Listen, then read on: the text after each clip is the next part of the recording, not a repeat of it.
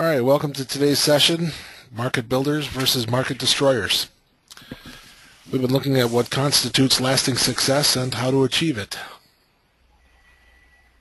In our first session, we discussed what lasting success means to each of us, and before we begin chasing it, we really ought to nail down what it is we're after. We've had several versions of what constitutes lasting success, from financial security to strong relationships, being respected among one's peers. Well, the purpose of this series is to identify ways to reach lasting success, kind of find our way to reaching those goals in our business and in our lives by learning how to apply sound ethical principles in how we do what we do. This whole idea of there being right and wrong is almost foreign in today's world, but I think as we go through the series we'll find that right and wrong are not only very real but have impact on what we do day to day and how successful we really are.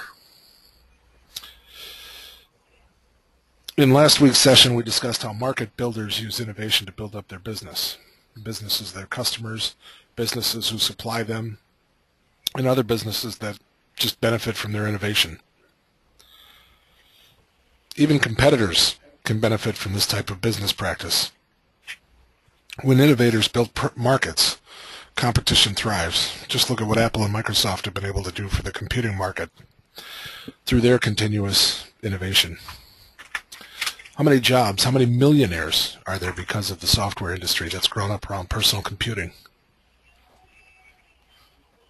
What about all the smartphone revolution, explosion in social media afforded by all the innovation in computer hardware and software technology? I mean, I can tell you I'm showing my age by even including the Farmville icon, but think of all the money that's been tied up in all these things. If we're going to emulate that kind of success, we have to emulate that kind of innovation. The value of innovation lies in the fact that we're not copying someone else's idea or product. By building our own business and our own merit, we build something that cannot be taken away. Our integrity. Think about it. All the reasons to build lasting success hinge on integrity. Without it, you can't gain the respect of your peers. Without integrity, relationships suffer. Both business and personal relationships are destroyed by a lack of integrity. Notice that integrity needs to be absent only in one party to destroy the relationship. Without integrity, financial security can't exist. There's always the constant fear of reprisal by people who felt cheated. Legal action against unjust gain.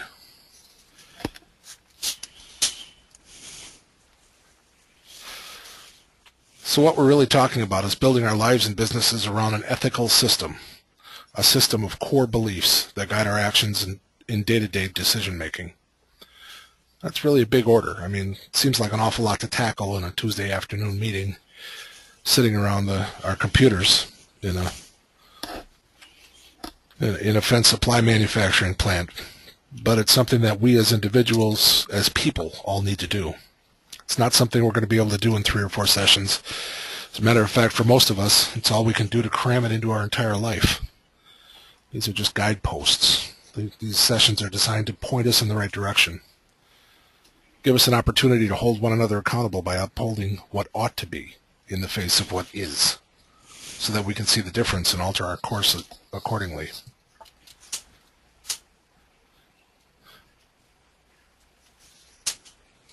Our next look at markets from Mark's list of market builder qualities is based on Mark's statement: a market builder sells quality and service. A market destroyer sells price. It sounds pretty harsh. Everyone wants a good price. And last week we took a look at the differences between best price and lowest price. Anybody able to tell me the difference? Remember from last week?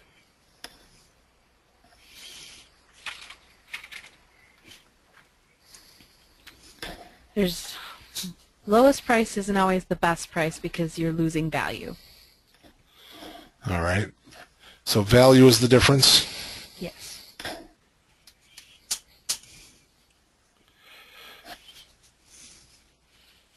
How does seeking that lowest price tend to destroy a market?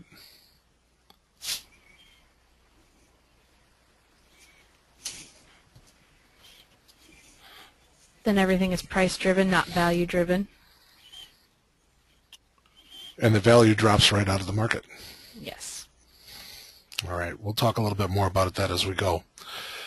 The idea of the best price, it's not something that's constantly taught. It's not something that's consistently taught. It's an honest estimation of the value that's inherent in a transaction, not just in an item or an idea, but the transaction. When there's a business deal, if each party receives equal value, no one's cheated. Can you give me an example of a transaction in which the lowest price might lead to someone being cheated? We discussed the can opener last week. Yep, we talked about that can opener.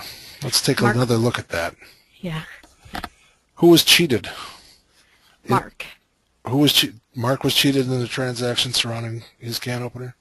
Yes. Well, yeah, because he's out the $5 or whatever he spent, and he can't open his tuna. Yep. Yeah, Did he ever tell you about the time that he bought something like a jack, but not a jack, but just the lug wrench, Yeah. And he never used it, and he had me go out and pull the tires off his Blazer. I didn't even get one tire off the Blazer. I brought him up to 2 pieces.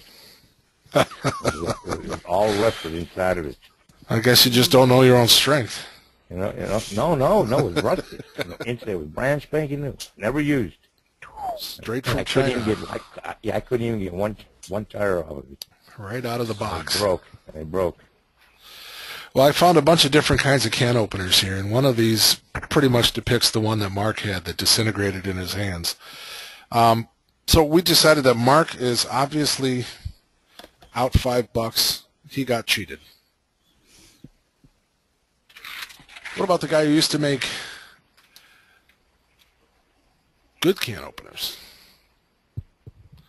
He was cheated because no one would pay the actual value for a decent can opener. He's out of business.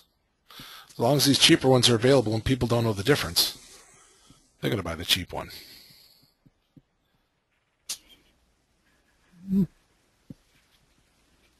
What about the guy who made the cheap can opener? Did he get cheated? I'm not talking about the guy who sold it or got the $5 from Mark. What about the guy who was paid slave wages to churn out junk all day? I would contend that he was cheated out of the value of his work, because it wouldn't have cost him any more effort to make a decent can opener, but he was making a junk one. And because he was making junk, he couldn't be paid a decent wage because there was no value in it.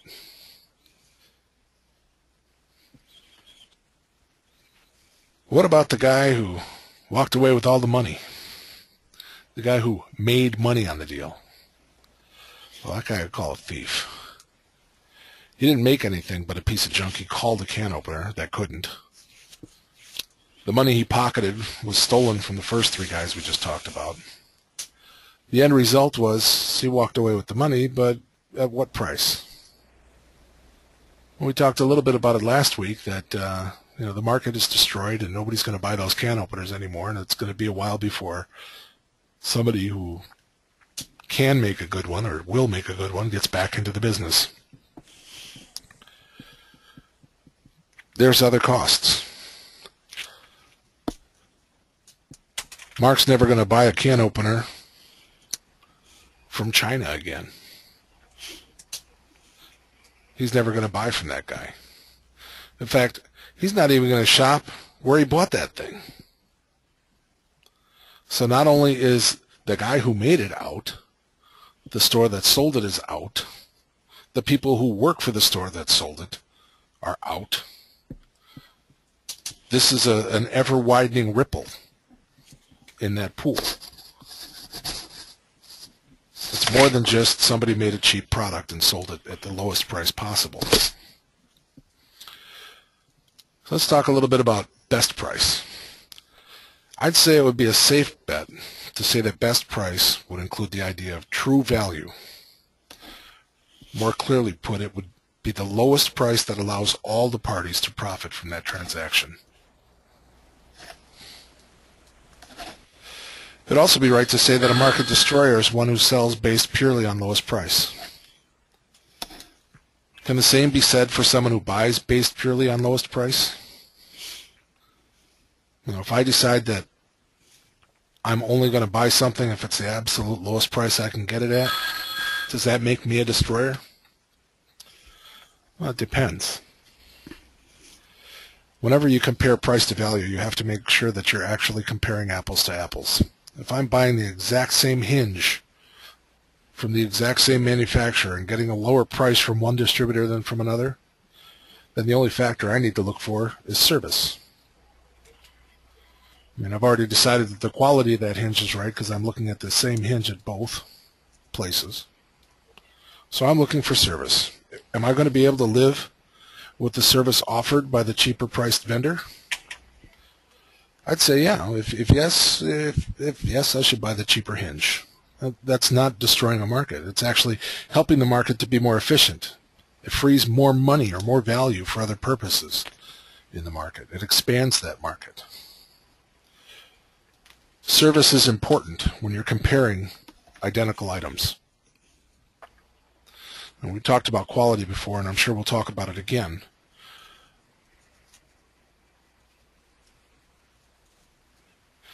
If items in question are not identical, then quality and utility come into play. Are they equally suited to the application? Will they both perform for a comparable length of trouble-free service? There's lots of variables. I think that's why most people would rather just pay the lowest price they can find and hope for the best. The principle we've been discussing, a market builder sells quality and service, applies here. And that requires building trust with our customers. The idea of quality is best illustrated in extreme cases. Who wants to go to the heart surgeon who graduated at the bottom of his class? When there's actual consequences on the line, we look for the best possible quality. We tend to let things slide when things don't seem as important.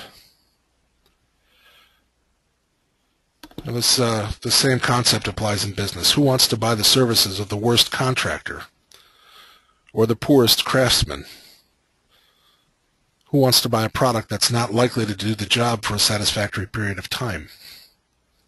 Nobody expects every product to last forever, but we have a reasonable expectation of value when we buy something.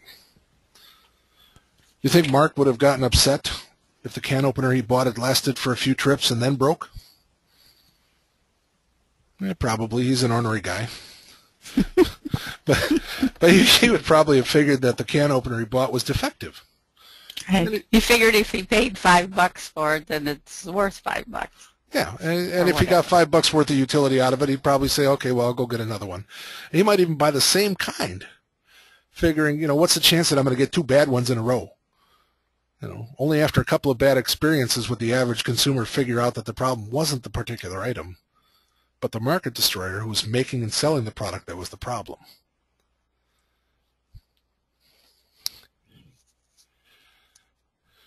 In our industry, we try to produce the best product from the best materials available and then attempt to provide the best possible service to back them up.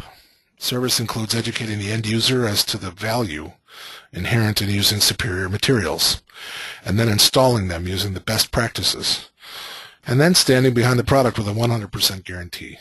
That's how we at Modern Fence attempt to be market builders. What are you doing to build markets in your world? And I'm not talking about just financial markets. What are you doing to build bridges between yourself and the people you know? Price plus quality equals value.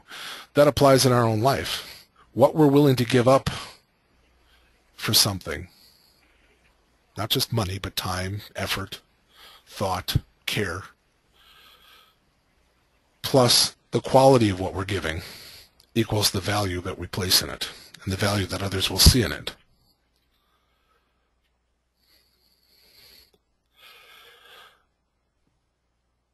Any specific questions or illustrations of these principles that you've observed that you'd like to share? They don't have to be fence related. These business and life principles apply in every area of life.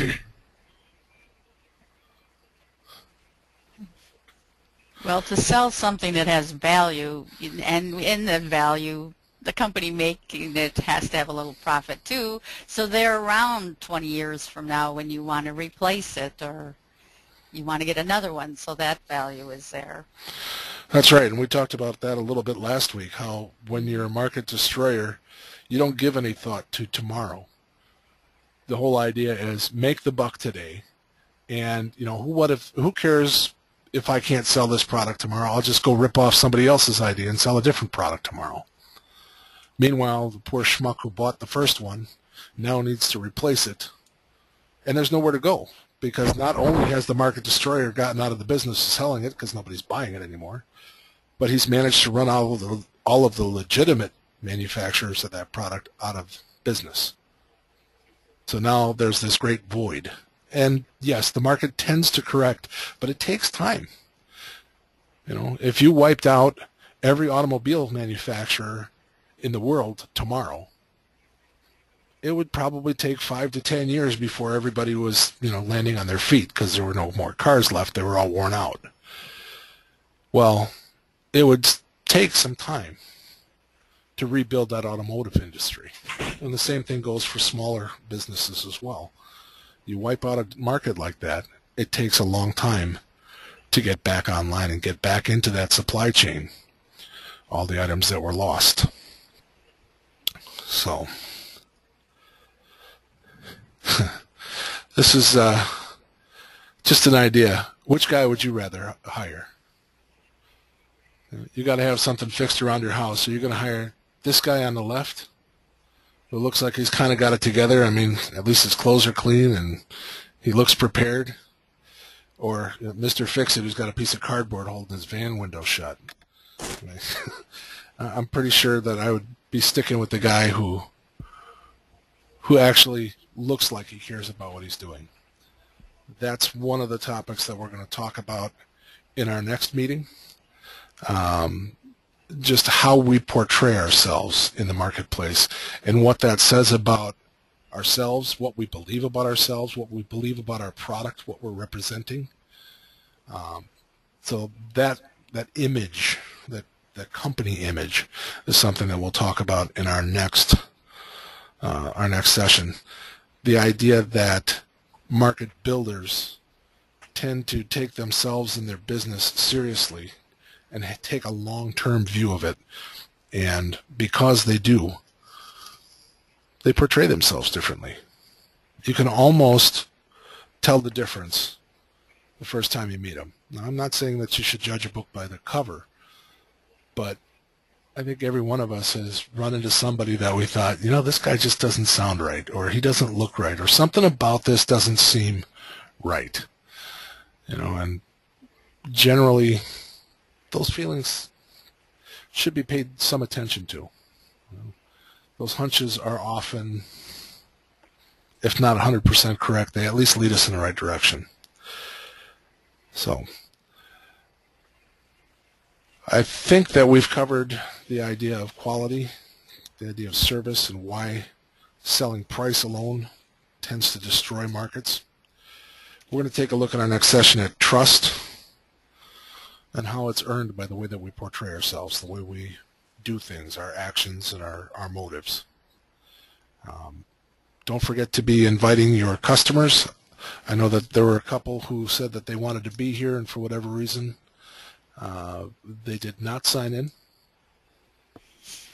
If those are customers in your area, give them a call and see if there's a problem that we can help them with, and maybe we can get them online for the next one. Right. Do they just, Amanda and David, just attach this email and then they should be able to connect okay? How do initially, how do they have to be invited by getting them online? They can, we can all attach the website address and sign-in information to this meeting to any of our customers. As far as people who have missed and we want to let them see the recording, we're still working out details on that because these files are too big to email, but we'll be working that out within the next week, I think. So. And is Mark on? Can you I thought I saw him sign in. Okay. because we have this, and I don't know if he talked to anybody about it. There's such a thing now as an area